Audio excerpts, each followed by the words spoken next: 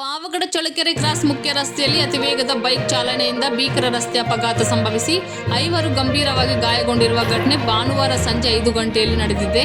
ಚಳ್ಳಕೆರೆ ಕಡೆಯಿಂದ ಪಾವಗಡದತ್ತ ಸುಮಾರು ಅತಿ ವೇಗವಾಗಿ ಬರುತ್ತಿದ್ದ NS 200 ಬೈಕ್ ಹಾಗೂ ಪಾವಗಡದಿಂದ ಚಳ್ಳಕೆರೆ ಕಡೆ ತೆರಳುತ್ತಿದ್ದ ಸ್ಕೂಟಿ ಸ್ಪ್ಲೆಂಡರ್ ಹಾಗೂ TVS XL ವಾಹನಗಳಿಗೆ ಭೀಕರವಾಗಿ ಡಿಕ್ಕಿ ಹೊಡೆದಿದೆ.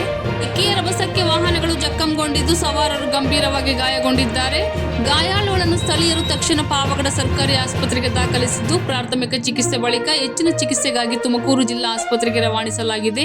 ಗಾಯಗೊಂಡವರಲ್ಲಿ ನಾರಾಯಣಪ್ಪ, ಪಾವಗಡದ ಅರ್ಜುನ್, ಬೊಮ್ಮತ್ನಳ್ಳಿ ಅಭಿಷೇಕ್, ಮನೀಶ್, ಮಂಜುನಾಥ್ ಹಾಗೂ ಸೋಲಾರ್ ಕಂಪನಿಯ ಉದ್ಯೋಗಿ ವಿಕಾಸ್ ಸೇರಿದ್ದಾರೆ.